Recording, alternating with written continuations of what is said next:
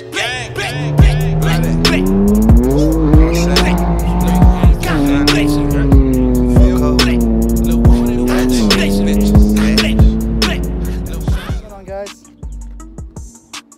we go.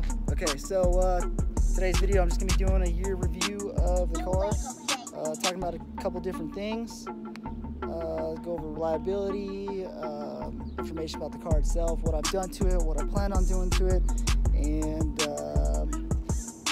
what the goals are, the future goals are for this car.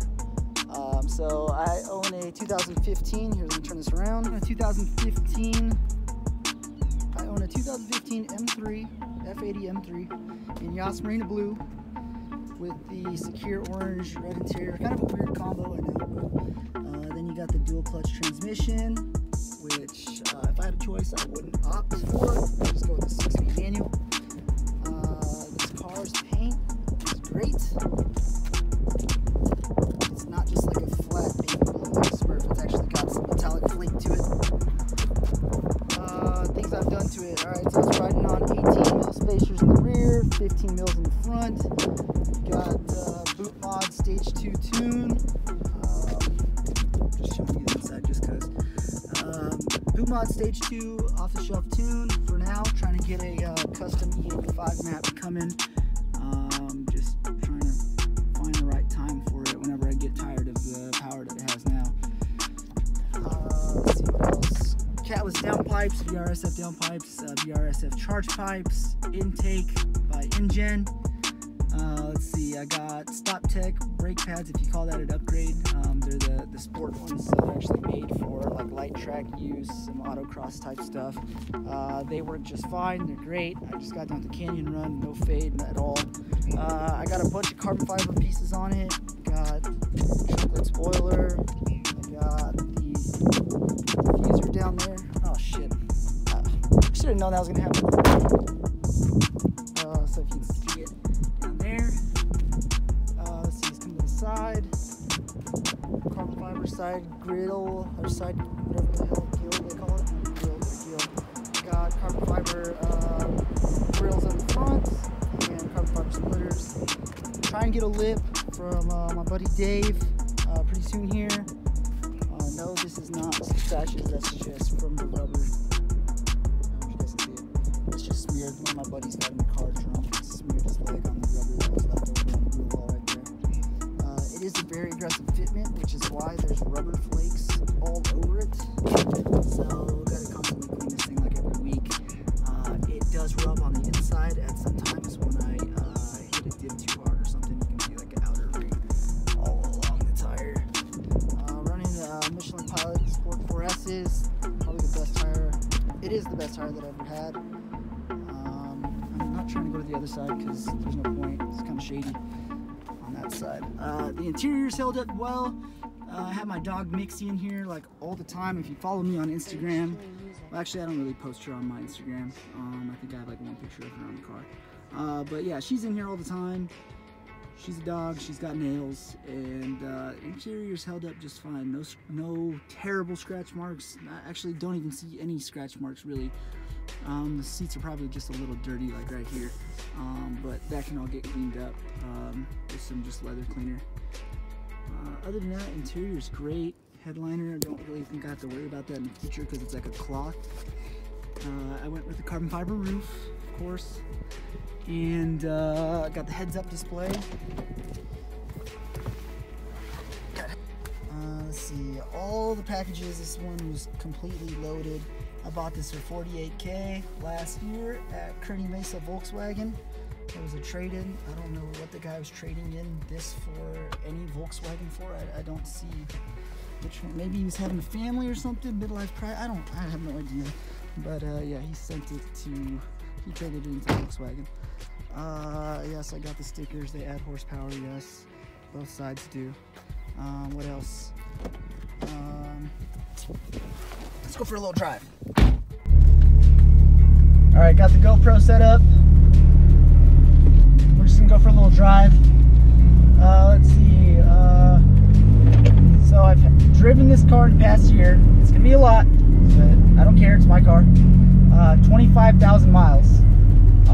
And I charge pipes cracking.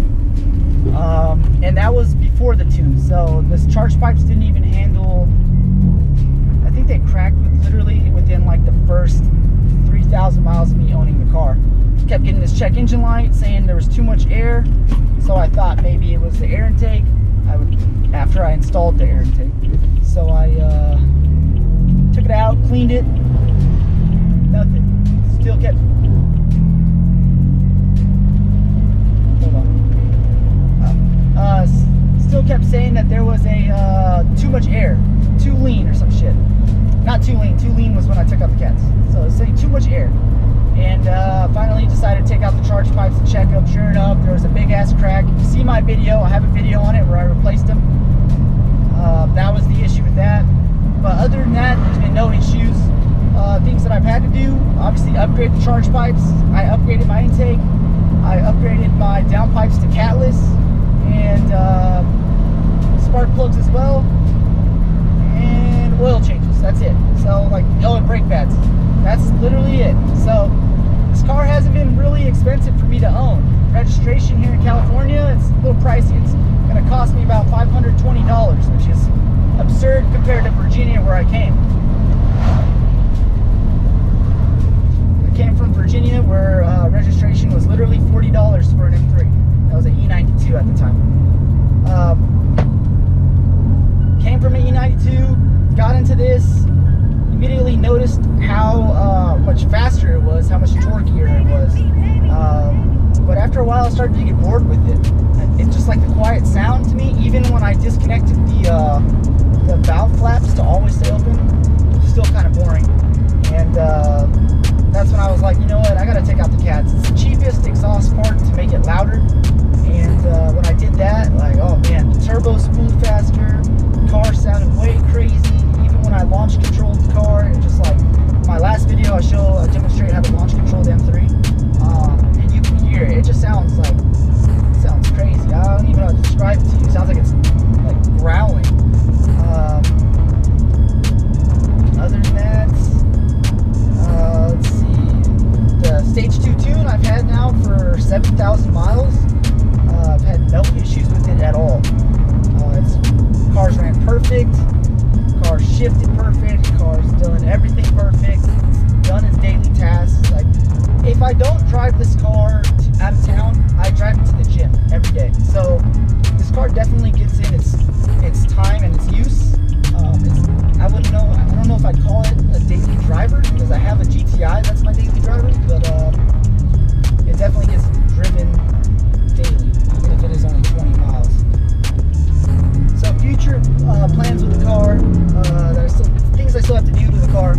I want to get wheels, I want to get an exhaust, and I want to get mid pipes.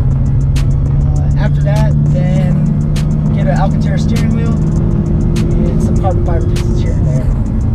But that's about it. I mean, I saved the most expensive stuff for last just because it's like obviously the most expensive stuff, so I'll just have time to save for that eventually. But the next part to go in the car for sure is going to be that Active Auto mid pipes. Makes the exhaust sound a lot deeper, which I think this car needs, because higher up in the exhaust, or in the RPM range, it kind of gets a little raspy, and that kind of eliminates that rasp.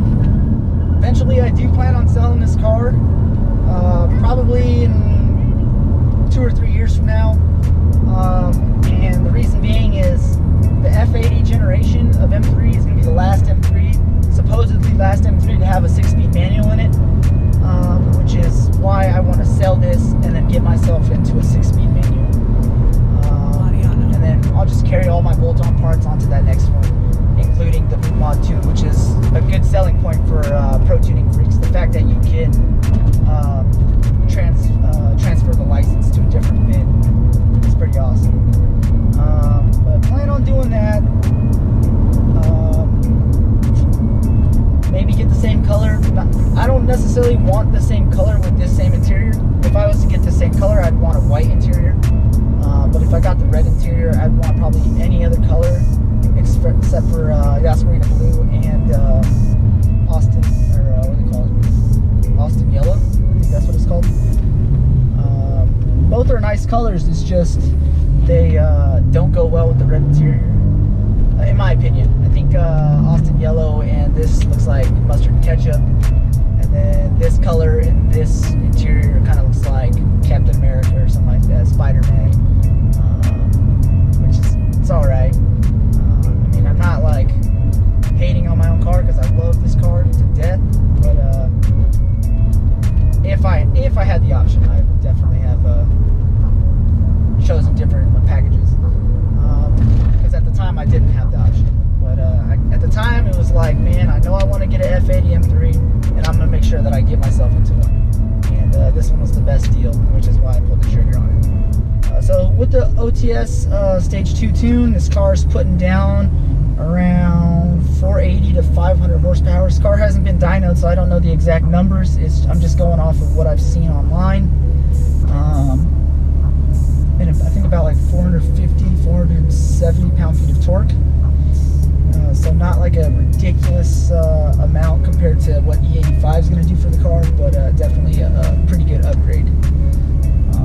If you have any questions about my car, guys, just go ahead and drop a comment. I'll get back to you as soon as possible.